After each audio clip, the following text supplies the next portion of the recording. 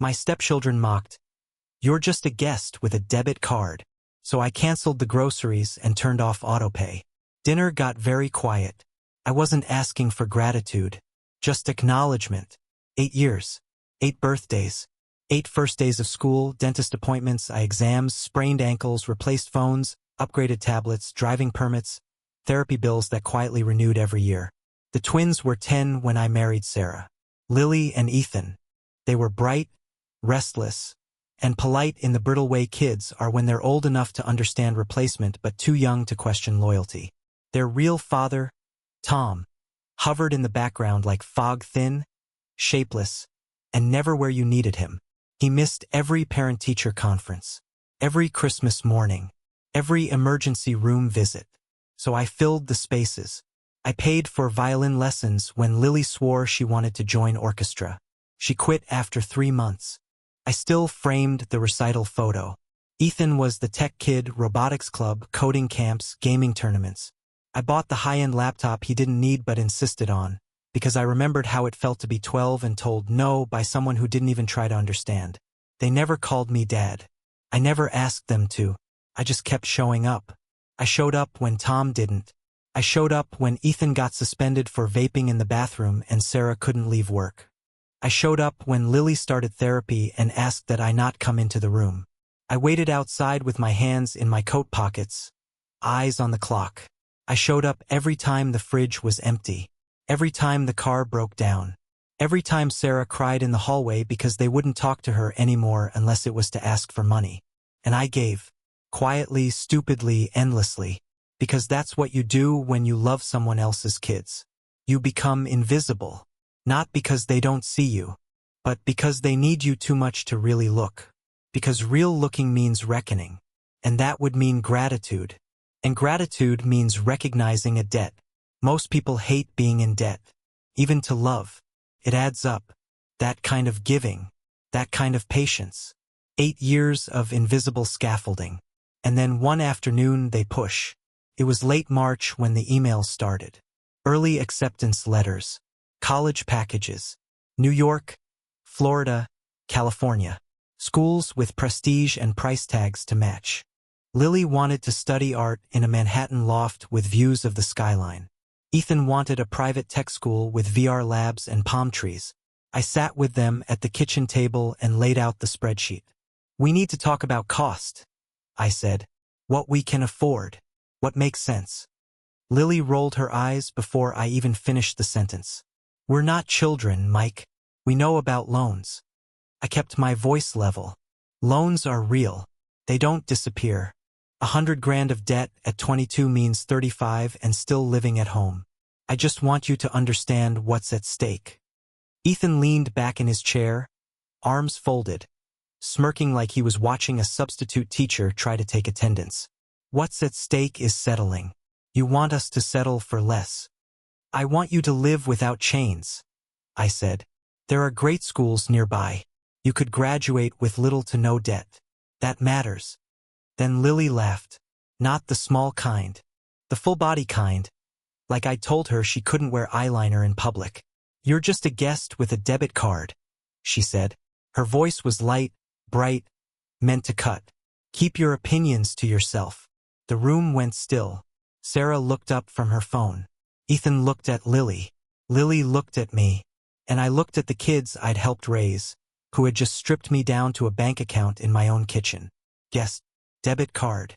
The words landed without hesitation, without apology. They were weapons with sharp edges and sure hands. I didn't yell, didn't flinch. I just stood there and let the silence stretch out like a body cooling in the sun. Then I walked away, left the spreadsheet on the table, untouched, left my coffee half full, stepped outside into the cold air and sat on the porch swing like it was the only thing in the world still holding my weight. I remembered the first time Lily called me Mike instead of Mom's husband. I remembered Ethan handing me his report card and saying, "It's not great, but I wanted you to see it first." I remembered 100 quiet moments when I thought I was breaking through. And now I was a guest, a debit card, a man who paid the bills but wasn't welcome at the table. I stared at the yard I'd mowed 1,000 times, the grill I'd assembled, The fence I'd patched after Ethan crashed his bike into it. The things they never noticed. The things that were just there. The way air is there until it's gone. When I came back inside, Sarah was alone in the kitchen. "They didn't mean it," she said, quiet, like she knew she was lying. I didn't answer, because I didn't need an apology. I needed respect, and that had left the room before I even opened my laptop. The silence stretched. Not the quiet kind, the heavy, rotting kind. The kind that settles into the corners of a house and warps the walls. Dinner was different after that. I still cooked. Sarah tried to act like nothing had shifted. The kids came down from their rooms when the smell of food grew too strong to ignore, filled their plates, scrolled their phones. They said please and thank you in that mechanical way they'd learned to mimic, and never once looked me in the eyes. I didn't speak much, didn't smile. I watched them eat the food I bought, sit under lights I paid to keep on, and pretend like I was nothing more than the background noise of their lives. They had called me a guest with a debit card, so I stopped using the debit card. The first thing to go was the grocery subscription, the weekly delivery that filled our fridge every Friday morning. Paused. Nobody noticed until Saturday afternoon, when Lily pulled open the door and found only eggs, mustard, and a half-full bottle of wine. "Mom," she called from the kitchen. "Where's the stuff?" Sarah didn't answer. She was standing beside me in the garage, holding a wrench while I changed the oil in her car. She heard it. She just didn't respond. When dinner time came, I cooked what we had. Rice, eggs, toast. Nobody said anything. But the next day, Ethan asked, "Did you forget the groceries again?" I looked at him across the table. "No," I said. "I didn't forget." He didn't ask again. Then I stopped the monthly refills, the prepaid cards for Ethan's games, the art supplies auto-shipped for Lily's portfolio. One by one, they vanished. Their apps stopped syncing. Their packages stopped arriving. Their online carts stayed full but untouched. Lily asked Sarah, not me. Ethan complained to his friends. They never asked me directly. They were old enough to guess why. Old enough to pretend it was just some technical error they were too busy to fix. I wasn't punishing them. I was waking up. I redirected the savings. Started a separate account. Not hidden, just quiet. Labeled it plainly, emergency exit. I moved every dollar that once padded their luxuries into that account. I watched it grow while they started to shrink inside the reality they denied. Dinner grew quieter. Even Sarah stopped filling the space. Her eyes shifted to me more often now. Not pleading, not angry, just watching. Like she finally understood I was serious. Like she had forgotten what it looked like when I drew a line and meant it. Then the school counselor called. Lily had mentioned her dream schools again. Ethan had submitted a scholarship essay for a full ride to his tech program. The counselor wanted to discuss options, map a financial path, align expectations. I was polite. "I'm happy to refer you to Sarah," I said. "She and their father can work out the details." A beat of silence. "Ah," the counselor replied. "Of course. Thank you." That evening, I told Sarah.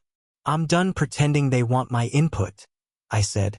"If they ignore my advice, they can ignore my money too." She didn't argue. She just nodded, slowly, as if she'd been waiting for me to say it out loud. We had the real conversation 2 nights later, at the kitchen table, after the kids had gone upstairs. The same table where they'd laughed in my face. "I'll support them emotionally," I said.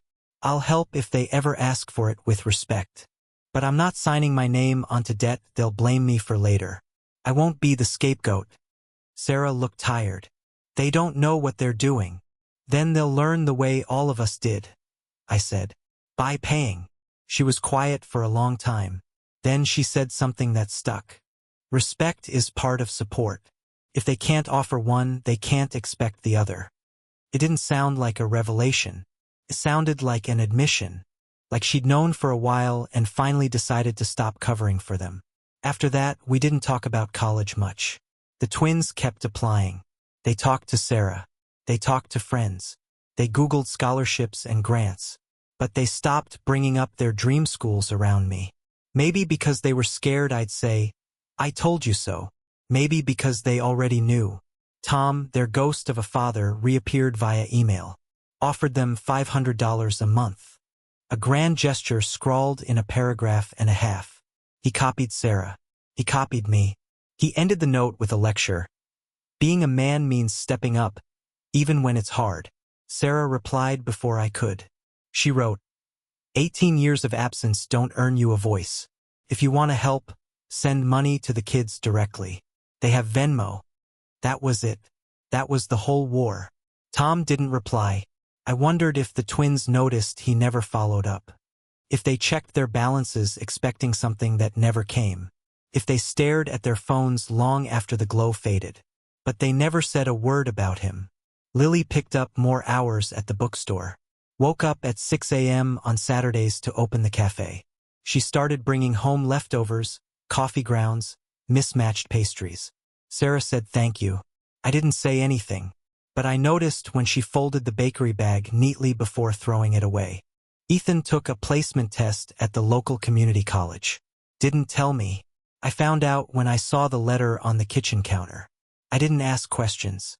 But a week later, he knocked on my office door and asked, "How do I get car insurance?" We sat down with his laptop. I showed him quotes, deductibles, premiums, policies. He took notes. He listened. Really listened. When we finished, he said, "Thanks." I nodded. It was the first real thing he'd said to me in weeks. By August, plans had changed. Lily took a gap year. She said it was for clarity. But I knew the numbers. Rent, tuition, materials, the private art school wanted more than dreams. She still drew at night, still filled her sketchbooks. But she no longer talked about studios and galleries. She talked about budgeting. Ethan enrolled in community college full-time. Picked up a job at a tech store. He started biking there. The game design dreams didn't vanish, they just moved down the road into something he could afford. He told Sarah he'd transfer in 2 years. She said she was proud of him. He didn't tell me. But one afternoon I found a sticky note on the fridge. It said, "Thanks for the help with the insurance stuff. Sorry about before." That was it. No signature. Just a square of yellow paper beside the grocery list. And for the first time in months, I didn't feel like a guest in my own home. The bill always comes due. Maybe not in the moment someone wounds you. Maybe not the week after they laugh in your face. But the world keeps its own ledger, and eventually it slides across the table and asks for payment. For the twins, the reckoning began with an email. Tom, the man who'd vanished for nearly 2 decades, reappeared like a bad signal flickering through static. He sent a long, rambling message to all of us. Lily, Ethan, Sarah, and me. He offered support, $500 a month, split between them. He didn't say where the money was supposed to come from. He didn't mention the years of silence. He didn't explain why birthdays came and went without a card, or why he'd vanished during every scraped knee, every fever, every school awards ceremony. But he did include a lecture. He wrote, "Being a man means stepping up, even when it's hard." A line that would have been laughable if it weren't so pathetic. I didn't reply. I didn't need to. Sarah did it for me. Her message was sharp and cold. 18 years of absence don't earn you a voice. If you want to contribute, send money directly to your kids. They have Venmo. That was all. No paragraphs. No explanation. No softness. Tom never answered. And he never paid. I think the twins knew. I think they checked their phones, refreshed their balances, pretended they weren't waiting for something that had never come before and was never going to come now. But they didn't say his name. They didn't bring him up again. Maybe the illusion finally cracked. Maybe they realized the father they defended had nothing to offer them but genetics and empty air. Life shifted after that. Not suddenly. Slowly. Like a house settling in the night, beams groaning under long-held weight. Lily took the gap year she never wanted. She worked mornings at the cafe, evenings at the bookstore. She came home tired, hair smelling like espresso and cinnamon. She stopped posting about New York on her social media. She stopped watching campus tours on YouTube. Her sketchbooks were still full, but the ambition behind them had changed shape. She wasn't chasing studios or galleries anymore. She was trying to pay her phone bill on time. Sometimes I'd find her asleep on the couch after work, apron still on, a half-finished drawing resting on her chest. I turn off the lamp, pick up the pencil before it rolled to the floor. But I never covered her with a blanket. I didn't know if that was kindness or intrusion anymore. Ethan enrolled in community college without ceremony. No celebration, no photos, just a quiet decision carved out of necessity. He started working evenings at the tech store, explaining graphics cards and return policies to people twice his age. He biked there after class, rain or shine, because gas money was a luxury now. I'd hear him come home some nights, footsteps dragging, backpack thudding against his bedroom wall. Sometimes he'd cook instant noodles at midnight. Sometimes I'd smell him heating leftover rice. He never asked for help. But once, just once, he knocked on my office door with a stack of insurance papers. "I don't know what any of this means," he said. I didn't shame him. I didn't mention the guest with a debit card comment. I just sat beside him at the desk and explained premiums, liability, deductibles. He took notes in neat handwriting I'd never seen before. When we finished, he said, "Thanks," and almost fled the room, like gratitude embarrassed him. Weeks later, I found the sticky note on the fridge. "Thanks for the help with the insurance stuff. Sorry about before."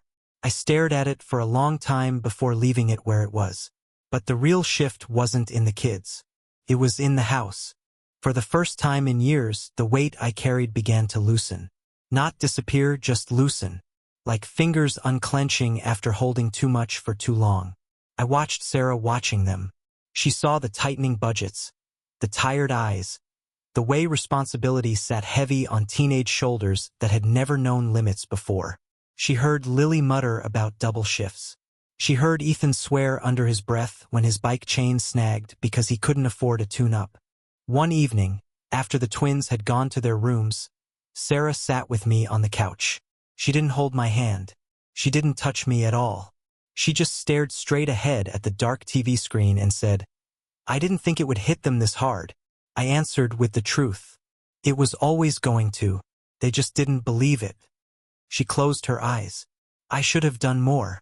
Earlier. The admission surprised me. Sarah rarely conceded anything. She protected the twins like a reflex, even from themselves. But now, even she couldn't deny the consequences. "They'll adjust," I said. "They'll learn." "Will you help them again?" she asked. Her voice was small, not demanding, not assuming, just asking. "Maybe," I said, "if they ask with respect. If they understand what it costs me, not just money. Everything." She nodded, though I knew she didn't fully understand. How could she? She never had to live in the space between father and stranger, always giving, never belonging. Still, she tried. The next morning, she called a house meeting. The kind we'd only had twice in 8 years. Once when Lily crashed Sarah's car, once when Ethan nearly failed algebra. The twins sat at the table, tired and annoyed. I stood against the counter, arms crossed. Sarah spoke simply. "There are boundaries now. Respect is expected. Support is not guaranteed. We're a family, but we're rebuilding how this family works." Lily looked at her hands. Ethan nodded once. Small gestures, but they were more than nothing. It didn't fix the past. It didn't erase anything. But the house felt different, less hostile, less hollow. I wasn't being worshipped. I wasn't being thanked. But the mockery had stopped. The contempt had quieted. There was space for something new, not closeness, not yet, maybe never, but something sturdier than the resentment that had once lived in this place. Maybe that was enough. Because the truth sat quietly inside me, solid and undeniable. They needed me, not my money, not my debit card. Me, my presence, my steadiness, my spine when there's faltered. They didn't say it, but life said it for them. And for the first time in 8 years, I felt the shift, small, fragile, but real.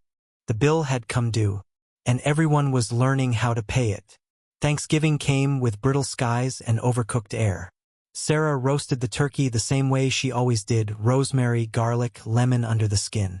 The table was dressed up like nothing had ever gone wrong. Like the past year had been ordinary, like our home wasn't a fault line. But the cracks were still there, just quieter now. Ethan helped set the table. He placed the plates and glasses without being asked. Lily baked a pie from scratch, her apron dusted with flour like a badge. They didn't ask for money to do it. They didn't make a show of it either. Just moved through the kitchen with the quietness of people trying not to ruin something fragile. I watched it all from the doorway. Not with pride. Not with sadness. Just with awareness. This wasn't healing. This was adaptation. Dinner started like all the others. Silence at first. Then Sarah cleared her throat and asked about classes, hours at work, holiday plans. Ethan said he might stay on campus for the winter break if the tech lab stayed open. Lily said her manager offered her extra shifts if she wanted them. No one asked about Tom. The conversation tiptoed around everything that mattered. No one mentioned college acceptances. No one brought up scholarships. No one said the words guest or debit card. Until Lily did. We were halfway through dessert when she set her fork down. "I want to say something," she said. Her voice didn't tremble, but her hands were flat on the table, fingers spread like she was bracing for a wave. "I was wrong. Last spring. About what I said. You're not a guest." I didn't answer. I let the silence stretch and breathe and sting. Ethan looked at her, then at me. She went on. "I was angry, entitled, scared maybe, but you didn't deserve that. I know what you've done. I see it now. I should have seen it earlier." I still didn't answer, because apologies don't erase debts. But sometimes they close doors that have stayed open too long. Sarah looked at me then, waiting, not asking me to speak, just waiting to see if I would. I picked up my coffee, took a slow sip, set it down. "I accept that," I said. "Thank you." That was all. Lily nodded once. Ethan looked down, nodded too, like he was part of it even if his mouth didn't work yet. After dinner, Lily washed the dishes while Ethan dried. Sarah poured us each a bourbon. We sat by the window and watched the streetlights come on. No one mentioned what had changed, but we all felt it. And here's what I learned. Love needs boundaries, not requests, not hope, not silent prayers that someday the people you give to will see the full weight of what you've carried. Real boundaries, drawn in the dirt, held without apology. Because generosity without boundaries becomes servitude. And when you serve without being seen, without being valued, you're not noble. You're invisible. I had spent 8 years loving children who weren't mine, and somewhere along the way I forgot that love is not enough. Not without respect. Not without clarity. You can give someone everything, your money, your time, your presence, but if they see you as a transaction, you will drown in your own devotion. I stopped drowning. I stopped giving without condition. And when I did, they finally had to swim.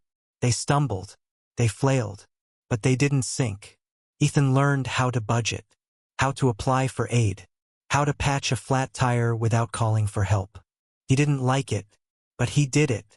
Lily learned how to manage customers, how to negotiate hours, how to save 10% of every paycheck even when it hurt. She still drew. And for the first time, it wasn't for a professor's eyes, it was for hers. Tom never returned, never sent a check, never called on their birthdays. They stopped waiting. Sarah changed too. She started noticing the imbalance. She stopped smoothing things over. When the twins slipped into old habits, she pushed back. Not on my behalf, on hers. Because she saw what it cost her to carry children who didn't carry back. She saw what I had carried, and what it had cost me. There were no big speeches, no confessions, just changes, quiet ones, steady ones, and those are the only ones that ever stick. I don't know if Lily will ever call me Dad. I don't need her to. The title isn't what matters. What matters is the look on her face when I fixed the lock on her bedroom window last week. The way she said, "I appreciate that," and meant it. What matters is the way Ethan came to me when his brakes squealed. The way he stood beside me in the garage, holding the flashlight, asking questions, listening. What matters is the silence we share now. Not the cold, weaponized kind, but the warm, worn-in quiet of people who've been through something and didn't let it kill them. I don't expect a medal. I don't expect loyalty. I expect recognition, respect, the truth even if it comes late. I've lived long enough to know that you don't always get love. But you should never accept contempt. Not from children. Not from spouses. Not from the people who sleep under the roof you paid for with your sweat and silence. So here's the final question. Not just for you, but for everyone who's ever stood in my place. Would you have kept giving? Would you have swallowed it again and again just to keep the peace? Or would you have done what I did? Would you have drawn the line? And if you wouldn't, then ask yourself this. What's your love worth if the people you give it to treat you like a stranger? Because once I was told I was nothing more than a debit card. And now they ask for my opinion before they spend. Now they listen when I speak. Now they remember I exist even when they don't need anything. Not because I begged, but because I finally stopped offering myself for free.